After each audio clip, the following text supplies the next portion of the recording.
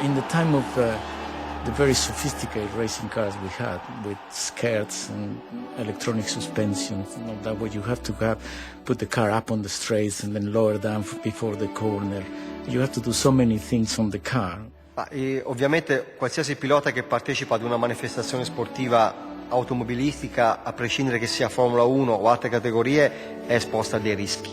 Questi rischi sono considerati, nessuno corre senza utilizzare la testa, perché un pilota senza la testa non ha futuro. Un pilota senza la testa ha una carriera molto breve, perché farà molti incidenti e si farà sicuramente male. Quindi questa è una categoria dove serve essere veloci, performanti, costanti e intelligenti.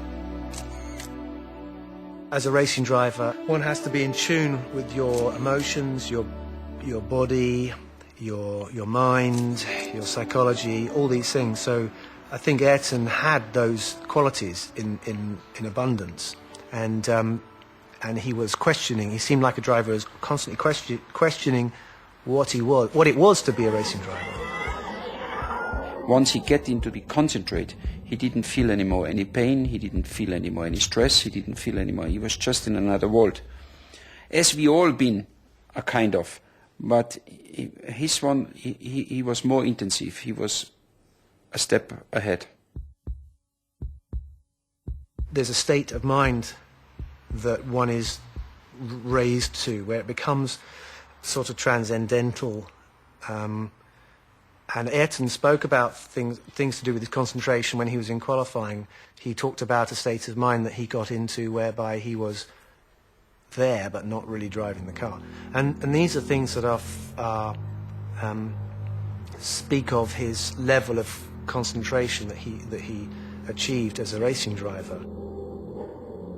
You had to do these famous qualifying laps. It was something where you was in the box, you watched still the monitor, you watched your competitors, you had to talk with your engineer, how's the wind, how's the sun, how's the asphalt temperature. And then suddenly the engineer told you, now let's go. That let's go means you had to switch a button and to say, okay, and now I have to be fully concentrate and actually getting into another world where everything start to go in slow motion, because when you do quick lap, you try to see everything in slow motion, to do all the fine things right, and it's a kind of a dream. Everyone who followed Formula One recognized that Senna was the master of qualifying. If you go for a corner on qualifying tyres with extra horsepower and you've never had that all weekend, how do you anticipate how fast you can go? How do we know how fast the car is capable? So Ayrton would enter a corner faster than he'd ever been before and trust that something inside Ayrton Senna would help get him and the car around the corner. Now that's an act of trust or faith or whatever you want to call it. He explored his ultimate capabilities more than any driver seems to have done. The thing with him, he was such a good driver that he used to adapt to the car. When he couldn't make the car going quicker, he could make quicker a wheelbar or whatever you give him in his hands, he could make it quicker, because he changed the car and he didn't get it to his liking. Then he adapted to the car. How many times you have a car that is perfect how you like it? When you have a car that is perfect, Alain was unbeatable. Alain Prost was really good when the car suited him, but it suited him just a few times, not always. I was doing all the tests, and in winter I was not testing. I was doing all the tests for him, and to set up the car, I don't think he was the best driver, but driving mentally and getting the pole and being quick on one lap, and he was really the best, So I don't think I learned very much, because it's a little bit easier to learn about the car and the way you can improve the car than the mental way, because you cannot change your mental just like this when you decide it, Fórmula 1 tem uma exigência absurda. Não sei se você sabe, o piloto tem uma frequência média de 180 batimentos por minuto. É uma loucura, com picos de 220, 230. E apesar de ele estar num carro aberto, o calor é muito grande.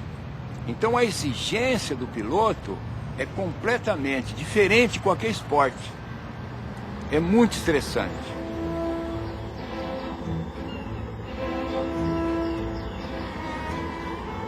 Havia sofrimento, claro. Trabalhávamos a 1h da tarde, que é horário de verão, para pegar o maior calor. Porque para o Ayrton interessava, lá na Fórmula 1, quando a competição era extremamente desgastante. Quanto pior, melhor. Por quê?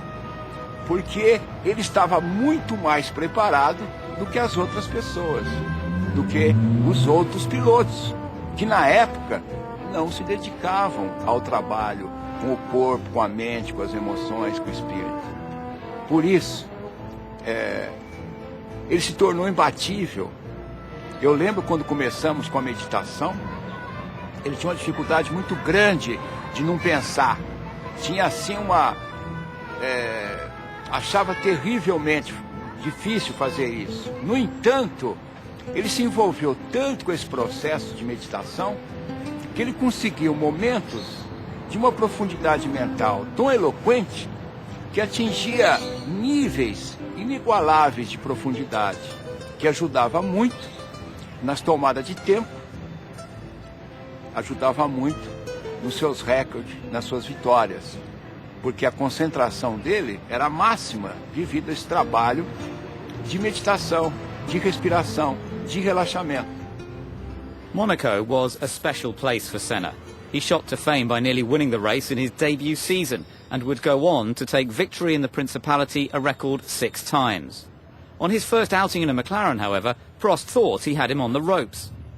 In Monaco, where he was not very good into the weekend, was the first Thursday was ahead of him, and Saturday almost the whole day was ahead of him, until the last qualifying lap, where just like this, and he went quick, and he get the pole for just a little bit, but I could not imagine that he could come back just like this, because he was not going that well.